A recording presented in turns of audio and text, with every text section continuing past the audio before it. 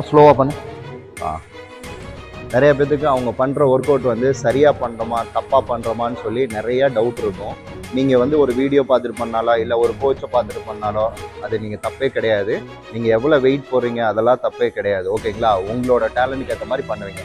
ஒரு சின்ன கரெக்ஷன் என்னென்னா, ஒர்க் அவுட்டுக்கு முன்னாடி எந்த ஒரு மசில் பண்ண போகிறீங்களோ அந்த மசிலில் ஒரு 20 கவுண்டு வந்து எம்டி ராடோ எம்டி தம்பிள்ஸோ நீங்கள் வச்சு வார்ம் அப் பண்ணுங்கள்.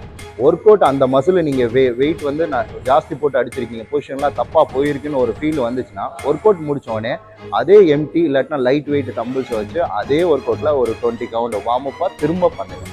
நல்லா மசிலை ஃபீல் பண்ணி மசிலுக்கு நல்லா வெயிட் போகிற மாதிரி நல்லா ஃபீல் பண்ணி எந்த ஒர்க் அவுட்டாக இருந்தாலும் சரி, திரும்ப ஒர்க் அவுட்டுக்கு முன்னாடி ஒரு 20 கவுண்டு எம்டி ராடாக இருந்தாலும் சரி, எம்டி தம்பிள்ஸாக லைட் தம்பிள்ஸாக இருந்தாலும் சரி, ஒர்க் அவுட் முடிச்சதுக்கப்புறம் அதே எம்டி ராடை வச்சு நீங்கள் வார்ம் அப் பண்ணிங்கன்னா நல்லா மசிலுக்கு ஃபீல் போகும். இது வந்து நீங்கள் தப்பாக பண்ணியிருந்தா கூட அது மேட்ச் பண்ணும் உங்களுக்கு. நீங்கள் உங்களோட மசிலுக்கு வந்து ஈஸியாக மேட்ச் பண்ணி கொடுக்கும். ரிசல்ட்டும் சீக்கிரமாக கிடைக்கும். ஒரு சின்ன கரெக்ஷன் ஆகும். ரிலாக்ஸ்.